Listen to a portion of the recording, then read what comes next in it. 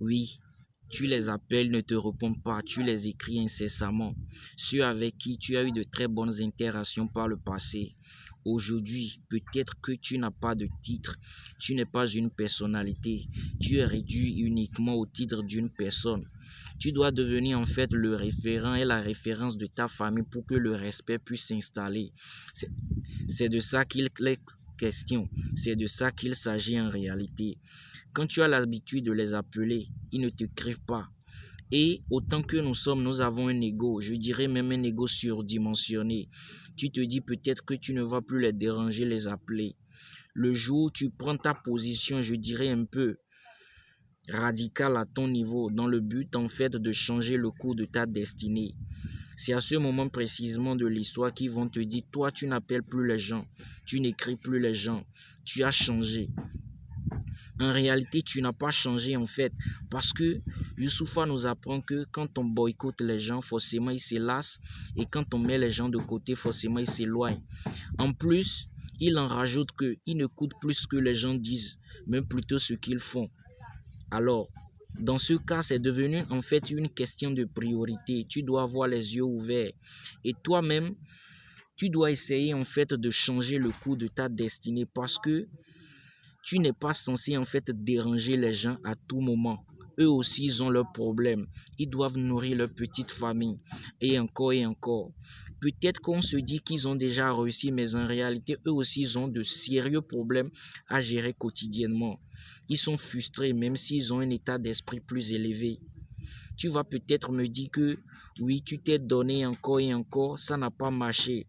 Tu es malheureux, tu es malchanceux, tu es un échec. Non, du tout pas. Laisse-moi te rappeler que la richesse et le bonheur sont des droits manifestés et tu ne dois en aucune manière permettre à qui que ce soit te dire le contraire. Coach Simon Ouedraogo nous l'a appris et je l'ai appris de lui. C'est un grand frère à qui que j'affectionne autant. Bob Proctor, un grand monsieur du développement personnel, nous apprend tout simplement que pour réussir en fait dans ce bas monde, il nous faut 99% de transpiration et 1% d'inspiration. C'est dit donc en réalité, la chance derrière laquelle nous courons, que nous voulons tous, est une infime partie de la réussite du succès. Et donc le gros travail à faire, c'est un travail acharné, la discipline.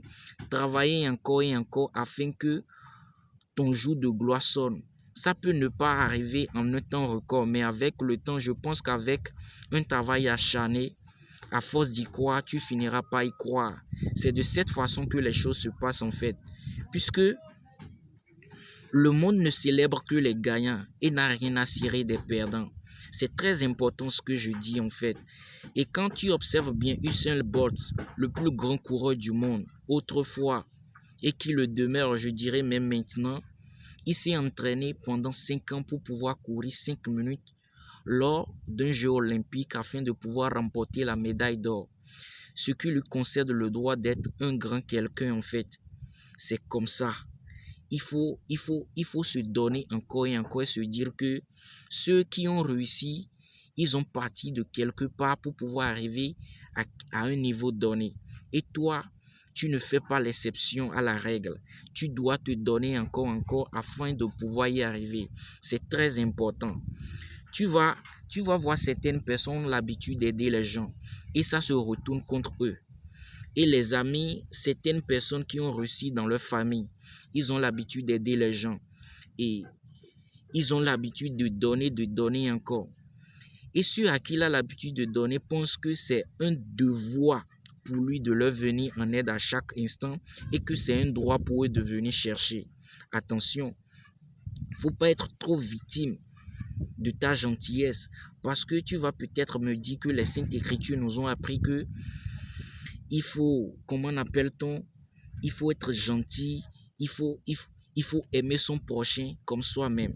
Maintenant, la question que je me pose de savoir, même s'il faut aimer son prochain comme soi-même, et la question que moi je me pose de savoir, s'il faut aimer son prochain comme soi-même, qui est une règle d'ordre moral, et que le prochain ne t'aime pas comme lui-même, alors que la règle exige qu'il faut l'aimer comme toi-même. Tu vois un peu, dans une certaine mesure, ne serait-il pas mieux d'infliger, en fait, de châtier certaines personnes parce que qui châtie bien s'aime bien ou bien qui s'aime bien châtie bien? Dans une certaine mesure dans la vie, quand tu es trop gentil, les gens te tirent vers le bas. Et du coup, laisser nuire en réalité le juste milieu, sinon tu vas t'en mordre les doigts. C'est de cette façon que les choses se passent. Et donc, je ne dis pas qu'il ne faut pas trop aider, mais il faut donner avec beaucoup plus de rationalité pour ne pas être en fait victime de ce que tu donnes. C'est une question de priorité en fait. Des fois, il faut penser à soi-même d'abord avant de pouvoir penser aux autres. Sinon, ce serait difficile. Tu vas toujours traiter les autres de travers, se dire qu'ils ne sont pas en fait reconnaissants, ils ne sont pas ingrats, ils sont du moins ingrats. Les amis, portez-vous bien, prenez tellement soin de vous et surtout de votre santé mentale. N'oubliez surtout pas que la vie est un rendez-vous de donner, de recevoir. Et pour recevoir, il faut donner. Mais donner, être victime de ce que l'on donne, c'est un peu à réfléchir et à penser encore et encore d'abord. Portez-vous bien, prenez soin de vous, likez la vidéo, partagez et surtout abonnez-vous.